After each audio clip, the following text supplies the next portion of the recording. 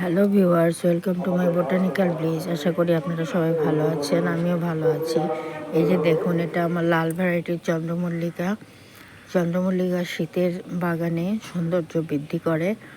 এই দেখতে পাচ্ছেন কত সুন্দর, পুরা জীবন্ত ফুলদানি হয়ে আছে। এটা একটা আমার কাছে 5 রকমের ভ্যারাইটির চন্দ্রমল্লিকা আছে। এটা একটা, অন্যগুলির আমি আরও ভিডিও দিব, আমার সাথেই থাকবেন প্লিজ। এটার মাটি আমি তৈরি করেছি 50% বাগানের মাটি, 30% গোবর সার, 20% কোকোপিট দিয়ে।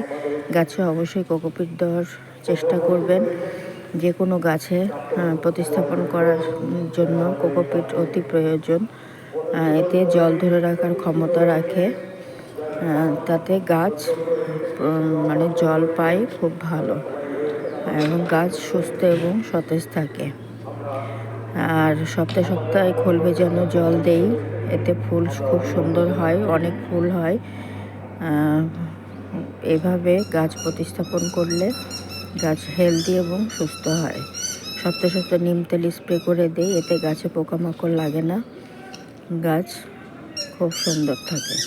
ভিডিওটি ভালো লাগলে প্লিজ সাবস্ক্রাইব করবেন, সাবস্ক্রাইব করে আমার পাশে থাকবেন। আজকে আসি, টাটা।